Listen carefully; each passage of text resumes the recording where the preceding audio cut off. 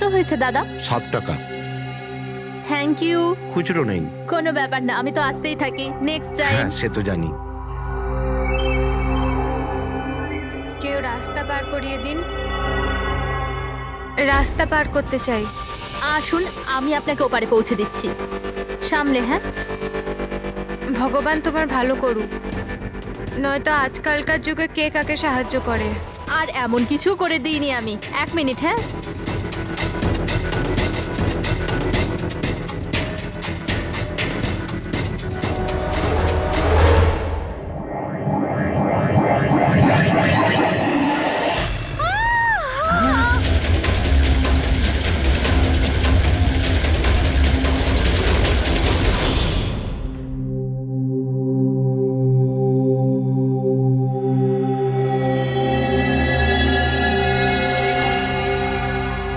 তুমি এখানেই দাঁড়াও। এসো।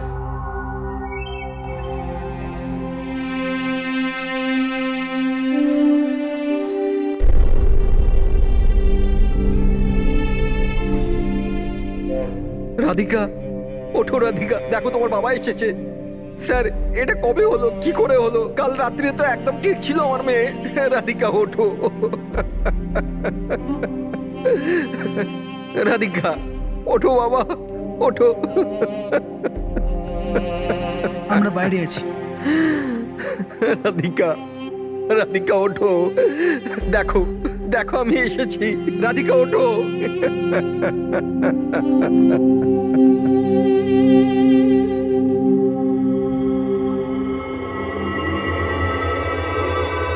ডক্টর, অ্যাকচুয়ালি কি হয়েছিল? অ্যাক্সিডেন্ট। সকাল সকাল একটা গাড়িতে মেরেছে। যতক্ষণ লোকে এখানে নিয়ে এলো মারা গেছিল।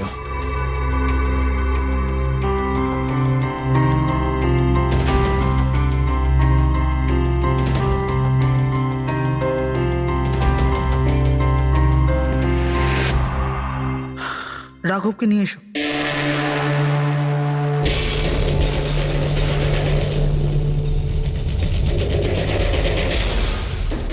স্যার, একটু ভেতরে চলুন। কি হয়েছে? আসুন না স্যার।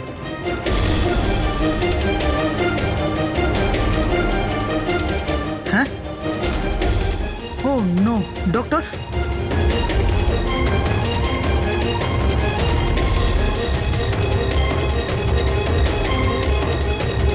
He is dead.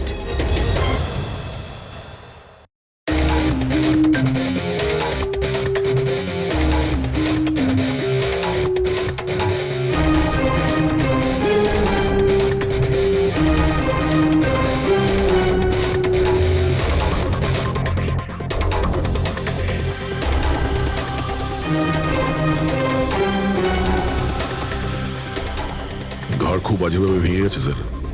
খুনি কোনো সুযোগই দেয়নি। স্যার, মাত্র 10 মিনিটের জন্য ওনাকে একা ছেড়েছিলাম। বুঝলাম না কি করে এসব হলো 10 মিনিটে। খুনির কোনো সূত্র? না স্যার, আমরা তো বাইরেই ছিলাম স্যার, দরজাও বন্ধ ছিল। কেউ বাইরে থেকে ভেতরে আসেও নি, ভেতর থেকে বাইরে যায়ও নি। এটা কিভাবে সম্ভব? মানছি খুনি এখানে লুকিয়ে বসেছিল, কিন্তু এসব করে বাইরে গেল কি করে, আর সেটা 10 মিনিটের ভেতরে? না না না, একটা কথা বল, তুমি জোর দিয়ে বলতে পারবে যে এখানে লাশ ছাড়া অন্য কেউ ছিল না? একদম স্যার, কেউ ছিল না। কারণ ঘর থেকে বেরোনোর আগে পুরো ঘরটা আমি নিজে চেক করেছি।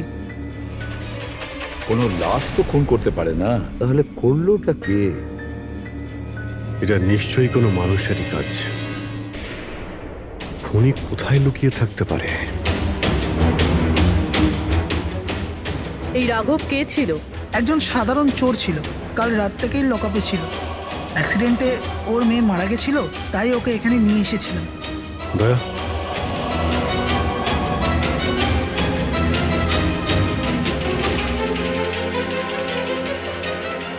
এই যে এখানে তো দরজা আছে। হ্যাঁ, এই দ্বিতীয় দরজার ব্যাপারে আমাদের বলেননি কেন? ইন্সপেক্টর স্যার, এই দরজাটা তো বরাবরই বন্ধ থাকে, না এটা কখনো খোলা হয় না এটা ব্যবহার করা হয়। ইনফ্যাক্ট আমরা তো এর ব্যাপারে ভুলেই গেছিলাম। তোমরা ভুলে যেতে পারো, কিন্তু খুনি খুব ভালো করেই দরজার ব্যাপারে জানতো। চলো এগিয়ে দেখি কত দূর যাওয়া যায়।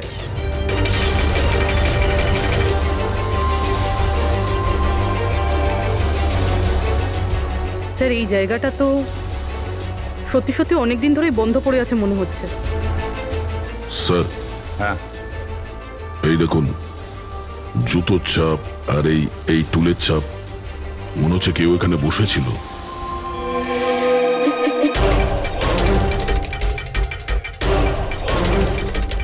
স্যার হ্যাঁ স্যার এইদিকে যাওয়ার একটা রাস্তা আছে।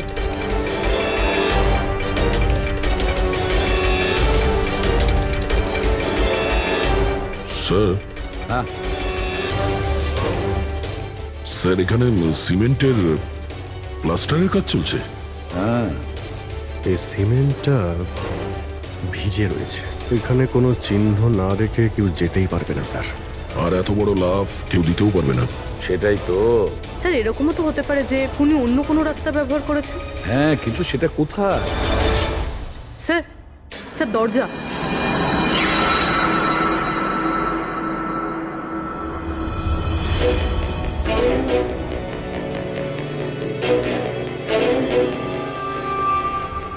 সামনেই সিকিউরিটি কেবিন, এখান থেকে তো বেরোনো অসম্ভব। সেটাই তো। তাহলে যেতে পারে কোথা দিয়ে? স্যার এই খুনি কিন্তু বেশ ভালো প্ল্যান বানিয়েছিল। হ্যাঁ কিন্তু একটা প্রশ্ন থেকে যায়, একটা সাধারণ চোরকে মেরে ফেলার জন্য এত বড় প্ল্যানিং আর এত বড় ঝামেলা করার কি দরকার তার? আর কেনই বা করবে? হ্যাঁ স্যার, রাঘব তো পুলিশ কাস্টাডিতেই ছিল, ওকে মারার প্ল্যানিং এখানে কেন করলো, তাও হসপিটালের মর্গের মধ্যে? আর তারপর খুনি বা জানলো কি করে যে ওর মেয়ের আজকেই অ্যাক্সিডেন্ট হবে আর ওর বডিকে এখানে নিয়ে আসা হবে? গন্ডগোল আছে অভিজিৎ, অনেক বড় গন্ডগোল আছে। এই রাধিকা আর ওর বাবার রাঘবের মাঝখানে কোনো না কোনো আলাদা সম্পর্ক নিশ্চয়ই আছে। তা একটা কাজ করো, রাধিকার অ্যাক্সিডেন্ট আর ওর বাবা রাঘবের খুন, এই দুটো কাজ করার মধ্যে কিসের যোগাযোগ আছে খোঁজ নাও। স্যার আর অভিজিৎ দেখো তো একটু এই হসপিটাল চত্বর ঘুরে যে খুনি এখান থেকে গেল কিভাবে আর কোন রাস্তা দিয়ে।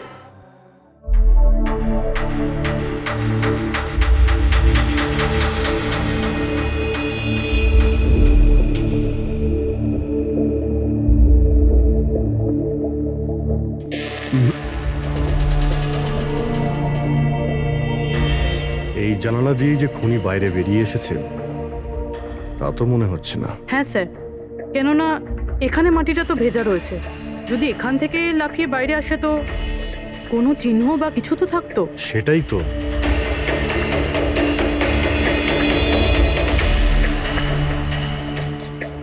ওখানে মর্গের রুমের বাইরে সিমেন্ট ভিজে, ওখানে কোনো চিহ্ন নেই। এখানে একটাই রাস্তা আছে যেটা দিয়ে বাইরে আসা যায়, এখান থেকেও আসেনি, মানে গেল কোথা দিয়ে? কিন্তু স্যার একটা জল জ্যান্ত মানুষ এইভাবে হাওয়াতে উড়ে তো যেতে পারে না। কারেক্ট, জলজান্ত মানুষ না হতে পারে পুরবী, কিন্তু মৃত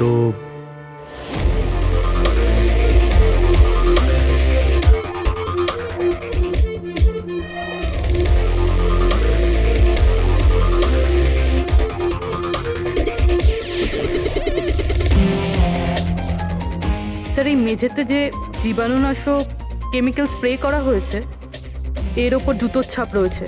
মানে খুনি যদি রাঘবকে খুন করে এই দরজা দিয়ে বাইরে বেরিয়ে যায় তাহলে তার কেমিক্যাল লাগা জুতোর চিহ্ন ওখানেও থাকা উচিত। এখানটায় দেখো তো।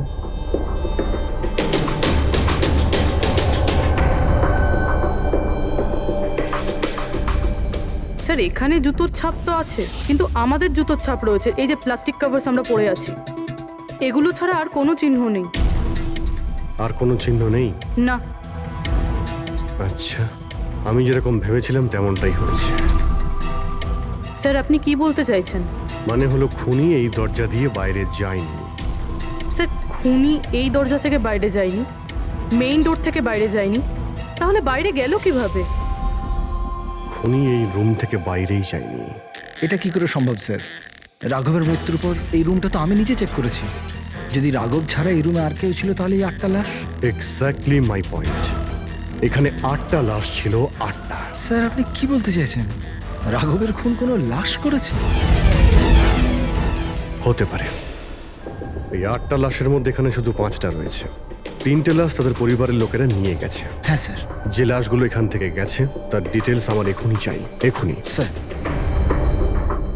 আমার মনে হচ্ছে এই খুনির রহস্য এই 3টে লাশের মধ্যে লুকিয়ে আছে।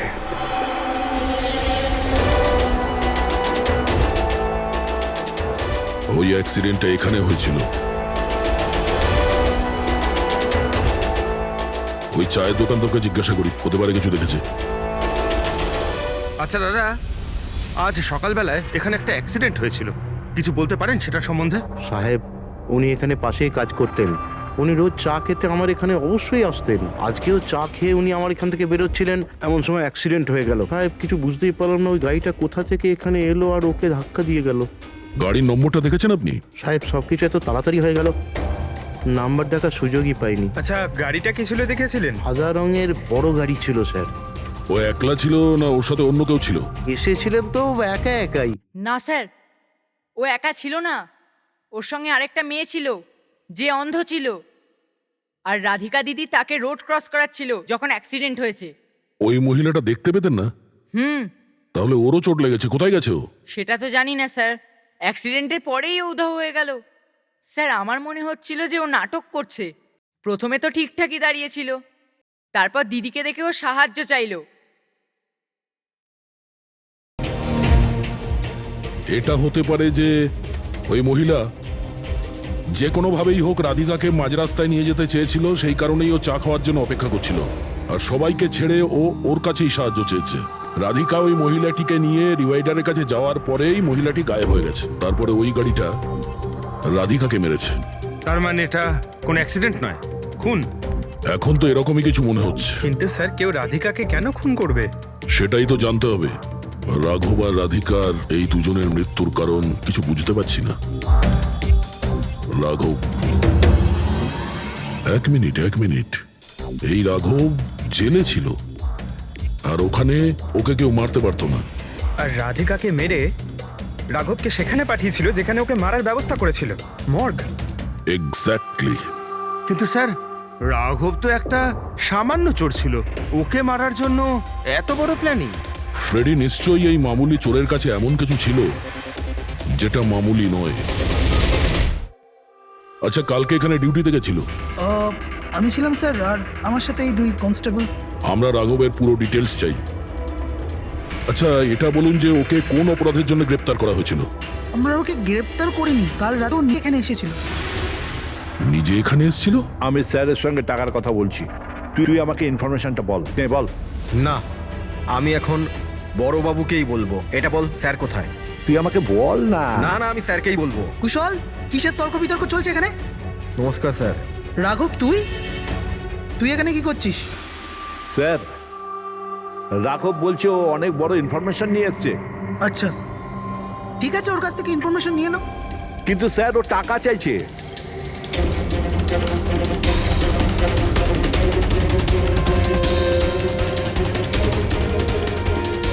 পুলিশের কাছে টাকার গল্প করছিস?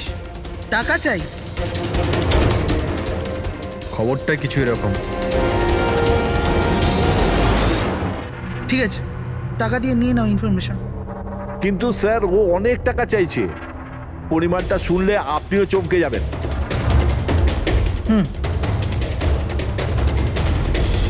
বল, কত দাম তোর ইনফরমেশনের? 3 কোটি। আরে, 3 কোটি? এমন কি ইনফরমেশন ছিল ওর কাছে যে এত টাকা চাইছিল? জানি না স্যার, ও কিছু বলেনি। হ্যাঁ, এটা বলছিল যে কয়েক হাজার লোকের জীবনের প্রশ্ন, কিন্তু বলবে তখনই যখন ও 3 কোটি টাকা নেবে। স্যার, কালকে রাতে তো ওকে আমি লকআপে রেখে দিয়েছিলাম। ভেবেছিলাম যে সকাল হলেই ওকে আমি আমার মতো করে জিজ্ঞেস করব। ঠিক তখনই ওর মেয়ের ব্যাপারে আমরা জানতে পারলাম, আর আমরা ওকে নিয়ে মর্গে চলে গেলাম। স্যার, এমন কি রহস্য ছিল ওর কাছে যার উপরে হাজার হাজার মানুষের প্রাণ নির্ভর করছিল, আর যার জন্য ওর নিজের এবং ওর মেয়ের প্রাণটাও গেল? আগে তো আমাদের এটা জানতে হবে যে এই রাঘব কালকে কোথায় কোথায় গেছিল আর কার কার সঙ্গে দেখা করেছিল, আর সারা দিন ও কি করেছিল। স্যার, দিনের কথা তো জানি না, কিন্তু রাতে ওর রোজকার মতো নেশাতেই ছিল। আমরা ওর ফাইলটা চাই। হ্যাঁ স্যার। এই লোকটা এখানে আসে দেখেছেন নাকি? হ্যাঁ আছে স্যার, আপনি ম্যানেজারকে জিজ্ঞেস করুন। ম্যানেজার কোথায়? ওপরে।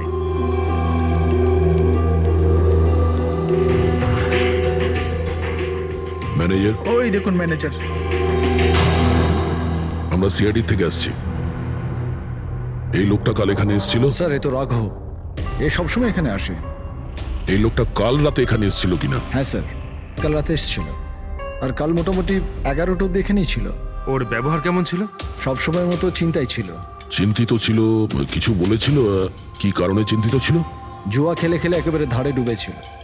স্যার আমাদের এখানেও প্রায় 5,000 টাকা ধার নিয়েছে। কালই বলেছিলাম ওকে, যদি পুরনো টাকা না দাও তাহলে এখানে কোনো খাওয়া দাওয়া পাওয়া যাবে না। তখন ও কি বললো? বলেছিল মিটিয়ে দেবে। কিছু নতুন কাজ করতে যাচ্ছিল। নতুন কাজ? কি কাজ? সেটা বলেনি স্যার। ঠিক আছে, থ্যাংক ইউ। স্যার এই এই রাঘব এমন কি কাজ করতে যাচ্ছিল যে ওর সব ঋণ শোধ হয়ে যেত? আর পুলিশ স্টেশনে গিয়ে বলেছিল যে ওর কাছে বিশেষ একটা ইনফরমেশন আছে, 3 কোটি চেয়েছিল তার জন্য। যাই ঘটেছে রাঘবের এখান থেকে বেরোনোর পর আর পুলিশ স্টেশনে যাওয়ার আগে জানার চেষ্টা করি যে রাঘব এখান থেকে বেরোনোর পর কোথায় কোথায় গেছিল।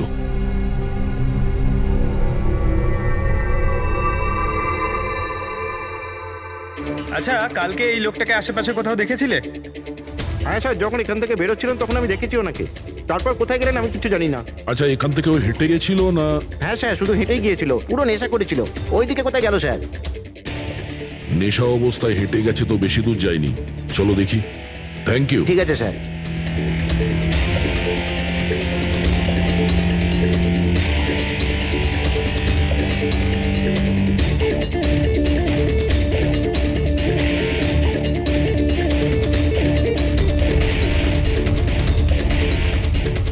দেখেছো একে?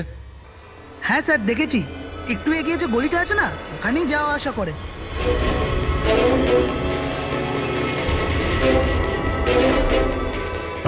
এক মিনিট, এই লোকটাকে দেখেছো? এ তো শিবার আত্মীয়। কাল রাতে জোরে জোরে দরজা ধাক্কা দিচ্ছিল আর শিবা শিবা করে চেঁচাচ্ছিল, পুরো পাড়াকে জাগিয়ে দিল স্যার। এই শিবা থাকে কোথায়? স্যার 3-4টে বাড়ি পর বাঁদিকে সবুজ রঙের একটা দেওয়াল আছে, ওটাই ওর বাড়ি।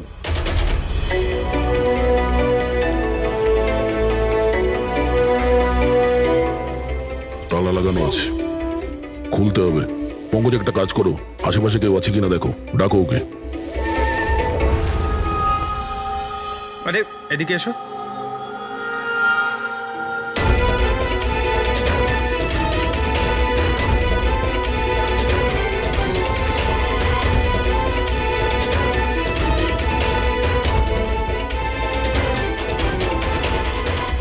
মনে হচ্ছে ঘর খালি করে ও পালিয়ে গেছে এখান থেকে। কোথায় ও? শিবা কোথায়? হ্যাঁ স্যার ওর তো কোনো খোঁজ খবর থাকে না, যে কোনো সময় আসে যে কোনো সময় যায়। আচ্ছা, কোনো আইডিয়া আছে কোথায় পাবো ওকে? স্যার ওই বস্তির পেছনে ওর ওর আত্মীয়র বাড়ি আছে, ওখানে পাওয়া যেতে পারে, ওখানেও যায় আসে।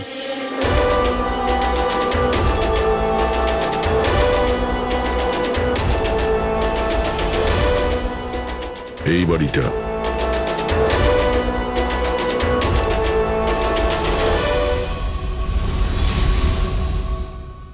আপনি শিবার আত্মীয়?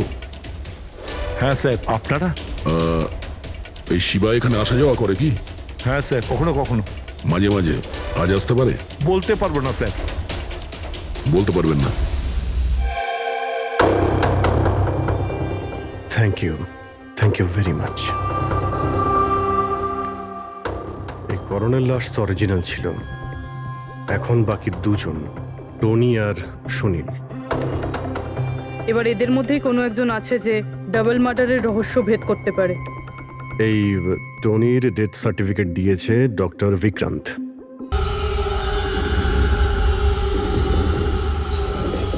রবি, রবি, দরজা খোল। আপনি কে? সিআইডি। কোথায় পালাচ্ছিস? এই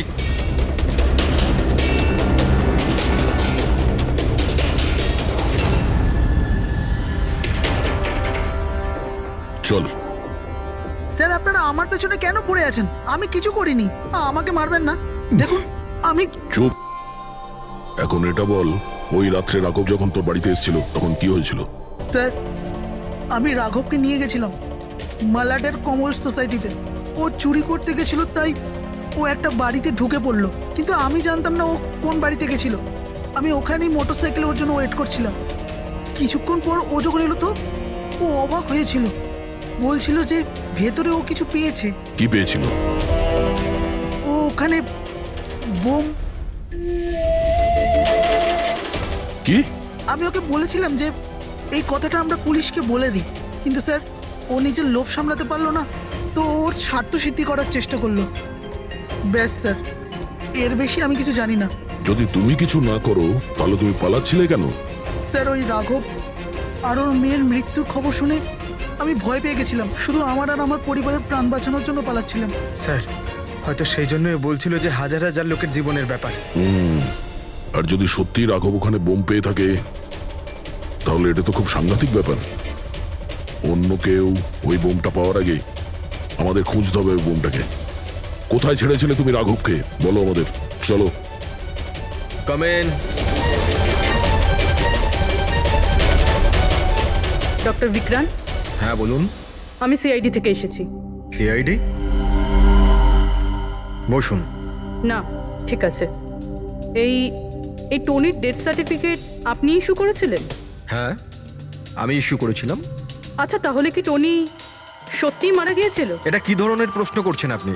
অফকোর্স মারা গেছিল, না হলে আমি ডেথ সার্টিফিকেট ইস্যু করতাম কি করে? দেখুন ডক্টর, আমি সেরকম কিছু বলতে চাইনি। এরকমও তো হতে পারে আপনার কোনো ভুল হয়েছিল, ও বেঁচে ছিল আর তারপর। আমার 20 বছরের জীবনে আমাকে আজ পর্যন্ত এরকম অভিযোগ কেউ করেনি। আচ্ছা ডক্টর, আপনি কি টনিকে আগে থেকে চিনতেন? আগে না, ওনার স্ত্রী ওনাকে ক্লিনিকে নিয়ে এসেছিলেন। হার্ট অ্যাটাক হওয়ার জন্য উনি মারা গিয়েছিলেন। হ্যাঁ ম্যাডাম, এটা সত্যি যে আমাদের দিক থেকে কোনো ভুল হয়নি। আমি কোনো হাতুড়ে ডাক্তার নই ম্যাডাম। 20 বছরের অভিজ্ঞতা আছে আমার। ইংল্যান্ড মেডিকেল কলেজ থেকে ডিগ্রি আছে আমার। আপনি বুঝতে পারছেন? England medical college. আর আপনি আমার যোগ্যতায় সন্দেহ করছেন? আমি কি জীবিত আর মৃতর মধ্যে পার্থক্য বুঝি না? I am so sorry doctor, আমি সেরকম কিছু বলতে চাইনি। আচ্ছা, আপনি এটা বলুন, ওই লাশটাকে নিয়ে কোথায় যাওয়া হয়েছিল? কবরস্থানে নিয়ে গেছিল, আর কোথায় যাবে? থ্যাঙ্কস।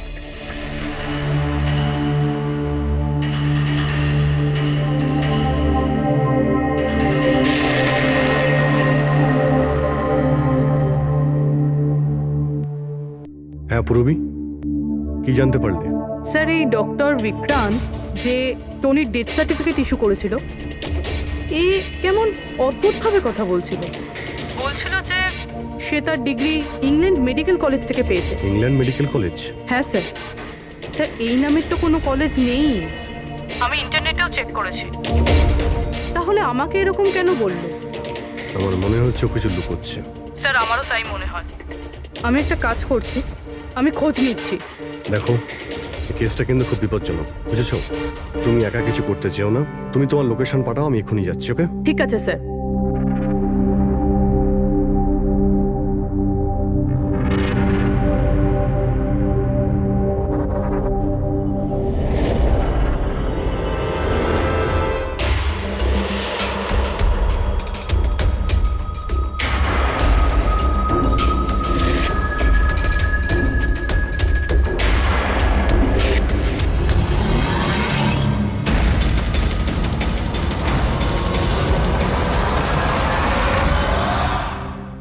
শিবা বলল যে ও রাঘবকে এখানেই ছেড়েছিল।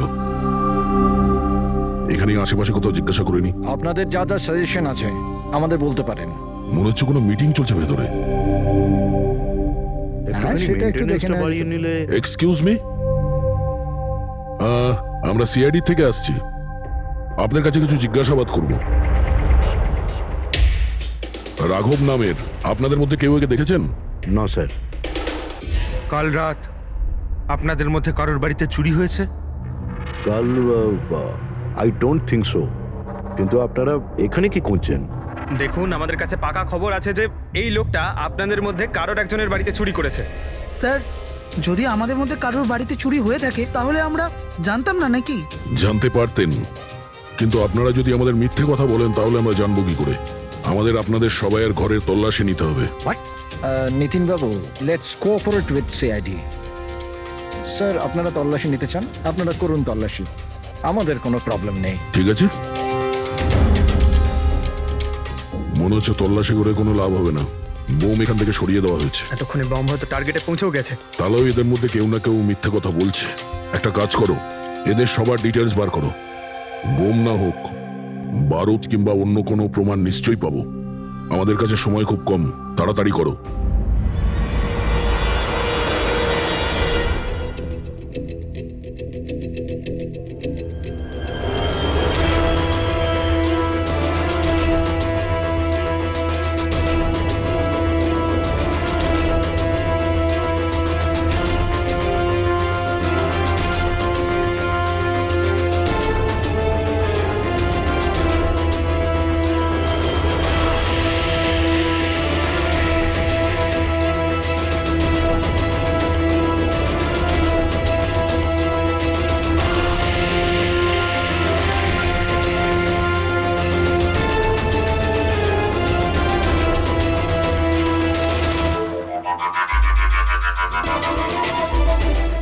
কফিন?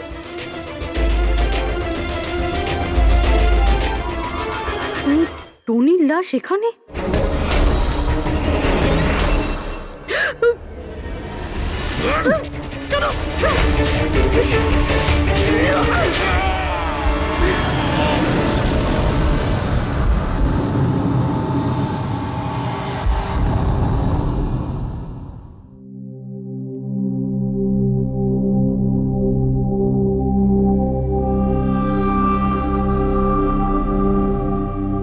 হ্যাঁ পঙ্কজ, স্যার বমের ব্যাপারে কিছু জানতেই পারছি না স্যার।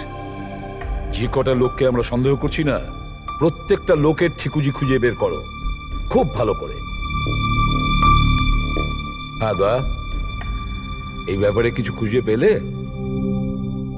স্যার ওর কেস ফাইল থেকে তো পাচ্ছি না, তবে পুলিশ ডেটা থেকে পাচ্ছি স্যার। আচ্ছা, কাল রাত্রে কেউ পুলিশ ডেটাবেসে এন্ট্রি করেছে স্যার। এই দেখুন, রাত 3:30-র সময় সিস্টেমের ফায়ারওয়াল 15 মিনিটের জন্য বন্ধ ছিল। মানে স্যার কেউ এই সিস্টেমটাকে অ্যাক্সেস করার চেষ্টা করেছে আর কিছু ফাইল খুলেছে। কোন ফাইলগুলো? রাঘবের ফিঙ্গারপ্রিন্ট স্যার। রাঘবের ফিঙ্গারপ্রিন্টস? রাঘবের ফিঙ্গারপ্রিন্টস? কিন্তু কেন? এটার তো একটাই মানে দাঁড়ায় দয়া, সে যেই হোক সেই রাঘবকে চিনতো না, এই জন্য ও রাঘবের ফিঙ্গারপ্রিন্ট পেয়েছিল ওই বোম রাখা ঘরে।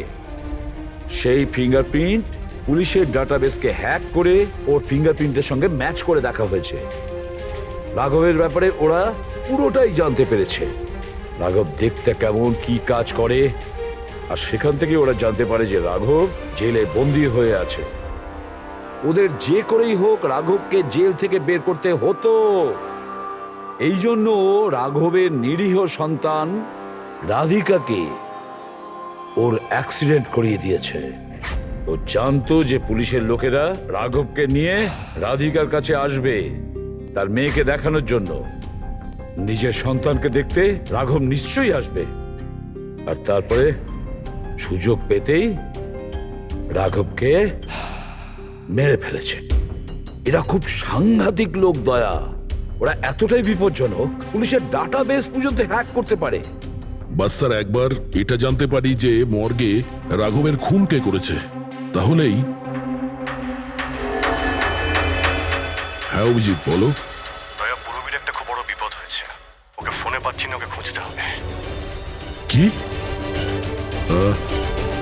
ঠিক আছে, আমরা ওর মোবাইল ট্র্যাক করে পৌঁছচ্ছি। ওকে ওকে। ইয়া, কি হলো? পুরবী প্রবলেমে আছে স্যার।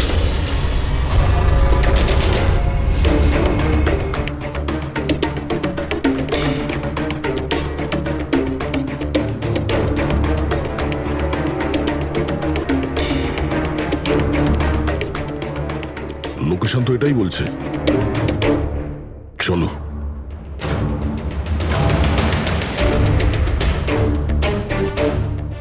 স্যার দরজা তো খোলা। চলো।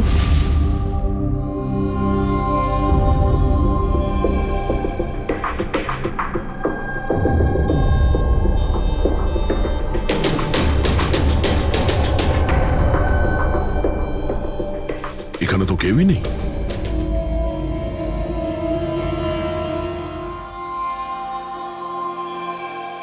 মনে হচ্ছে কেউ আসছে।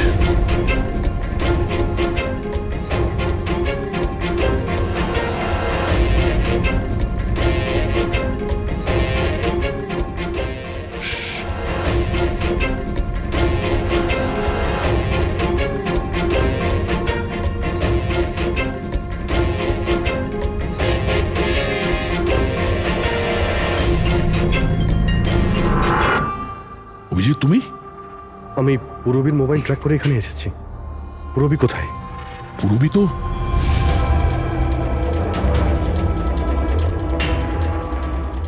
পুরবী? ও নো, পুরবী, পুরবী, পুরবী পুরবী স্যার, ওর গলার দাগটা দেখুন স্যার, মনে হচ্ছে ওর গলা কেউ টিপে দিয়েছে। নার্ভও খুব স্লো আছে। পুরবী, পুরবী, পুরবী, পুরবী, পুরবী, কি হয়েছে? এসব কে করেছে? হ্যাঁ, স্যার ওই টনি, ওই যে টনি? টনি স্যার, ও এখনো বেঁচে আছে। এখানেই কোথাও আছে স্যার। পঙ্কজ, দেখো তো কে। ফ্রেডি, তুমি এক্ষুনি পুরবীকে হসপিটালে নিয়ে যাও, বুঝেছো? চলো চলো পুরবী।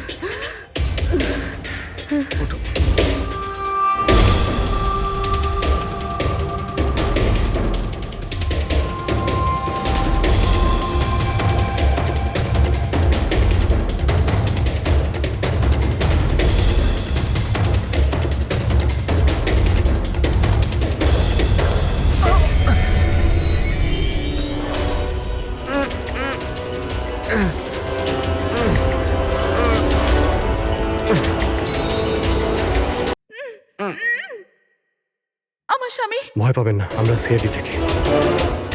সাবধানে।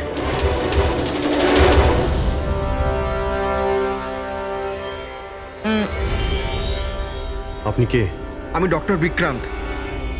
ওরা জোর জবরদস্তি করে আমার থেকে সার্টিফিকেট বানিয়েছিল। আমার বউ ওদের কাছে বন্দি ছিল, ওর প্রাণের ঝুঁকি ছিল। এই,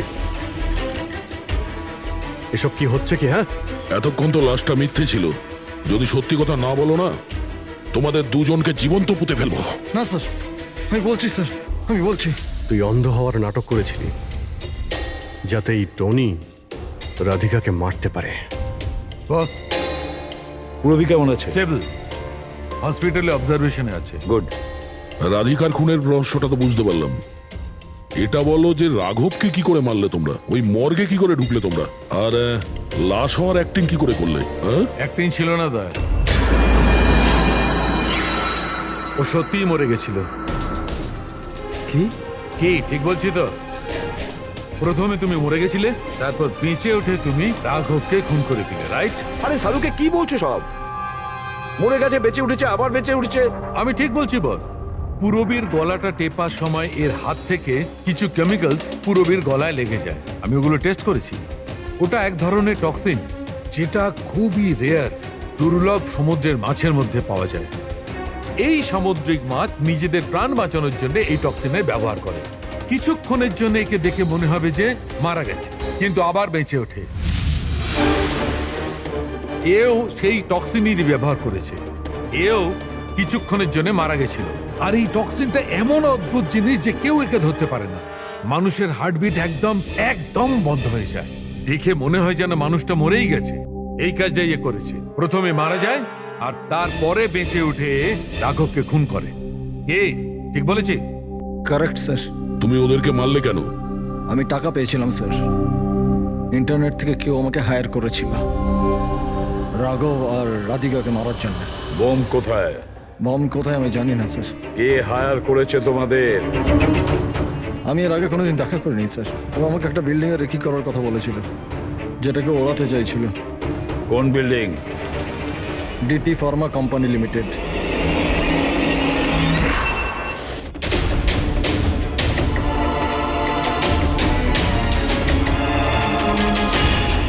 এদিকে শোনো ভাই, এদের মধ্যে কেউ কি এখানে আজকে এসেছে? হ্যাঁ, এ পার্কিং লটে গেছে স্যার।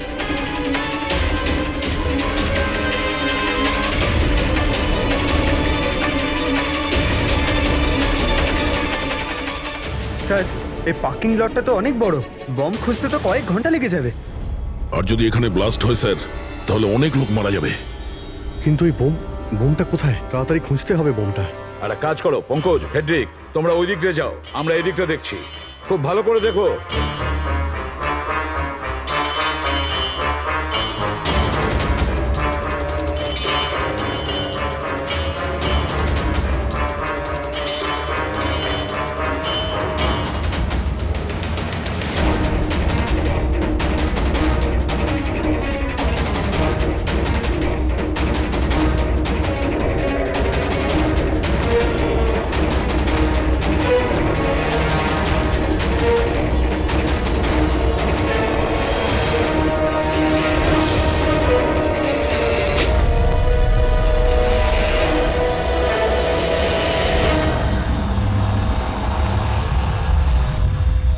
নিতিন, সিআইডি এগোবে না কেউ বলে দিলাম। ঠিক আছে টিপে দেবো আমি, ছাড়বো না আমি কাউকে। পালিও না। চলুন স্যার। ওকে ধরো।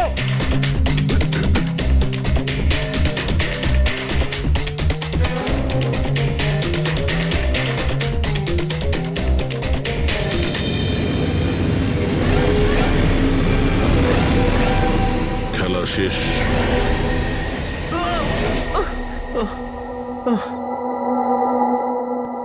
বলো নিতিন, কেন বোম দিয়ে এই বিল্ডিংটাকে উড়িয়ে দিতে চেয়েছিলে? বিল্ডিং নয় কোম্পানি, এটা স্বপ্ন আমার, পরিশ্রম আমার। এটাকে আমি জমি থেকে আকাশ পর্যন্ত তুলেছি, রক্ত ঘাম এক হয়ে গেছে এটা করতে আমার। আর এরা সব কৃতজ্ঞতা স্বীকার তো দূরে থাক, আমাকে বের করে দিয়েছে। ওই বোর্ড অফ ডিরেক্টর, আমি বানিয়েছি ওকে, আমি। আর উনি আমাকেই বের করে দিয়েছেন। কি অবস্থা করেছে আমার, প্রতিশোধ তো নিতেই হতো। কিছু লোকের প্রতি প্রতিশোধ নেওয়ার জন্য তুমি এই পুরো বিল্ডিংটাকে উড়িয়ে দিতে চেয়েছিলে? হ্যাঁ, এই বিল্ডিং এ যে সমস্ত নিরীহ লোকেরা আছে তারা কি ক্ষতি করেছিল তোমার?